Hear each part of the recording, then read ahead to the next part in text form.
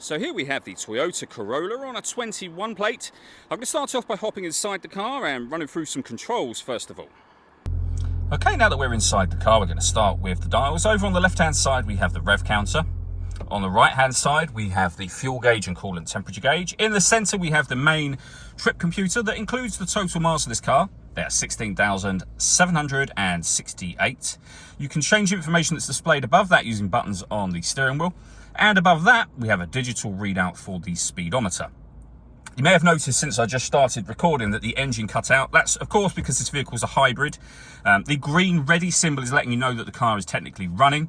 And the EV symbol just here is showing us that we are in electric vehicle mode at the moment. So if the petrol engine cuts back in a moment, that EV will disappear.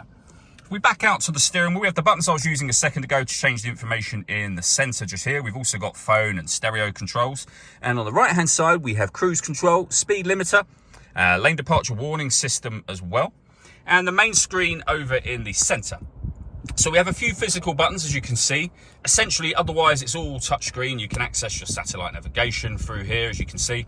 Really nice, clear, wide color display. We've done a video showing how Toyota's sat-nav works, which you can find on our website and also on our YouTube channel as well. We have our music options up here also.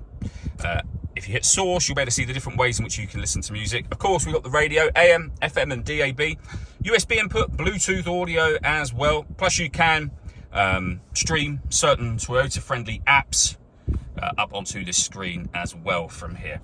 On top of all of that, we've also got a reversing camera to go along with the parking sensors in this car. Below that, we have dual zone climate control. You can adjust the passenger and driver temperature. You can increase and decrease the fan speed. You can determine what direction you'd like the air to be distributed in. And when you're happy with those settings, you can turn your air conditioning off. In this case, there's a little light, as you can see, when it's turned on. Or hit auto, just here. The car will now maintain those two temperatures by taking control of the fan speed and direction of the air for you. You can hear it doing that in the background. Any manual adjustment will turn auto off and allow you to put it back on your own settings here as well. Beneath that, we have a heated driver and passenger seat, the gear lever for the fully automatic gearbox. Down here, you can force the vehicle into electric vehicle mode by pressing this button if there's enough charge, of course.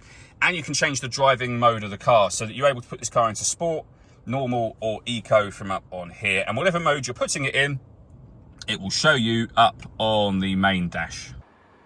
All that leaves me to say is thank you for taking the time to watch this video. If you'd like to come and see this ULEZ compliant car for yourself and have a test drive, please feel free to call either of our MJA sites. We'd love to hear from you soon.